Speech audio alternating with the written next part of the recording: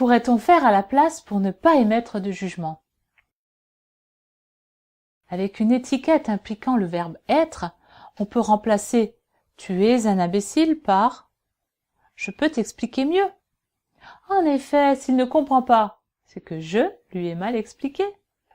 Prenons l'exemple du verbe qui juge.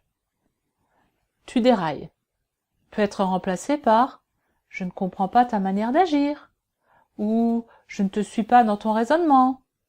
Après, il y en a qui présentent leur jugement comme le seul possible, comme « ce que tu as fait est n'importe quoi ». N'importe quoi par rapport à quoi? En fait, ce jugement est par rapport à la personne qui dit cela. Alors, précisons la propriété, la référence. Moi, je n'aurais pas fait comme toi. Ou, je me souviens d'avoir déjà réussi à faire cela d'une autre manière. On peut ajouter original. Original, je n'aurais pas fait de cette manière. Comme ça, il y a un peu d'humour. Vous voyez la différence?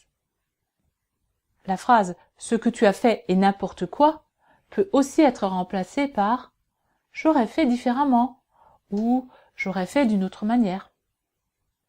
Après, vous avez les prédictions. Les prédictions jugent aussi. Vous pouvez aussi nuancer. Si tu continues ainsi, je crains que tu n'ailles au-devant d'ennui. Ensuite, les phrases générales. Ce sont de mauvaises inductions. D'un cas particulier, la personne qui a un comportement de manipulateur généralise. Elle induit un cas général qui l'arrange. Elle utilise souvent le « on » ou « tout le monde » ou « tous les gens ». Alors, pour dire les faits, au lieu de dire une phrase générale, nous allons dire le cas particulier. Par exemple, nous allons parler des voisins. Oui, j'ai vu mes voisins, ils voulaient toujours faire tout eux-mêmes. Puis ils ont eu des problèmes. Mais je ne dis pas quelque chose de général. Autre exemple. Quand on ne met pas de farine, on ne peut pas réussir un gâteau. Remplaçons cette phrase pour ne pas juger. Dans la plupart des recettes de gâteaux que j'ai vues, il me semble que l'on utilise de la farine. Autre phrase. Quand on roule trop vite, on va faire un accident.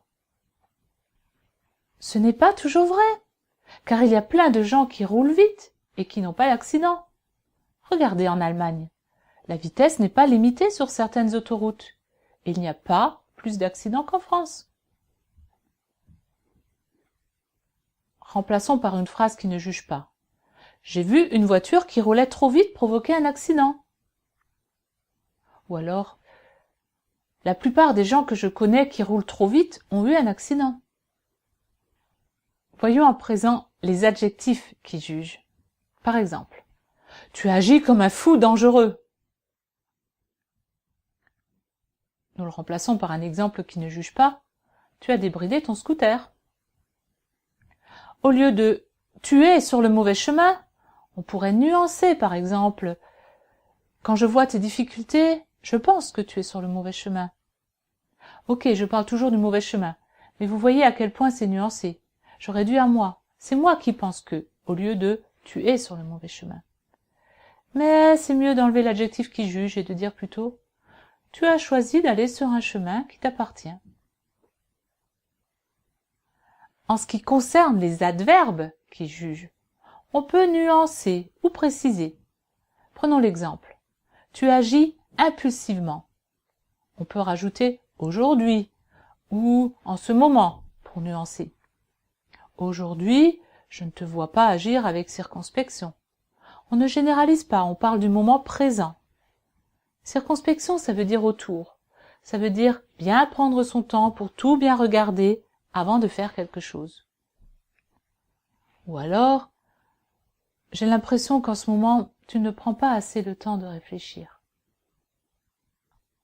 Au lieu de dire « tu manges salement », je me demande « qu'est-ce qui fait que je crois que c'est salement ?»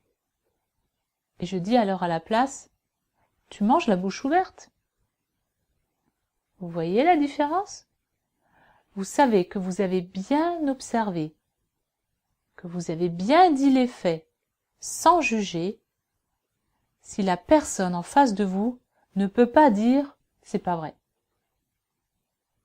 Donc, voilà comment dire les faits sans juger, sans interpréter.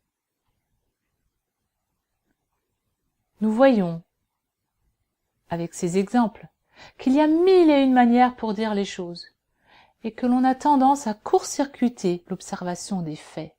Il est souvent très dur de dire les faits sans les remplacer par de l'interprétation ou sans en ajouter. Vous allez maintenant remplacer chacune des 7 phrases qui n'étaient pas des observations de faits dans la course à l'escargot par des phrases qui en sont. En plus, comme dans le tableau ci-contre, pour chacun des 7 modes de communication, vous pouvez chercher d'autres exemples qui jugent. Ensuite, exercez-vous. Remplacez-les par des observations, par une manière de dire les faits, pour chacun des modes de communication du tableau.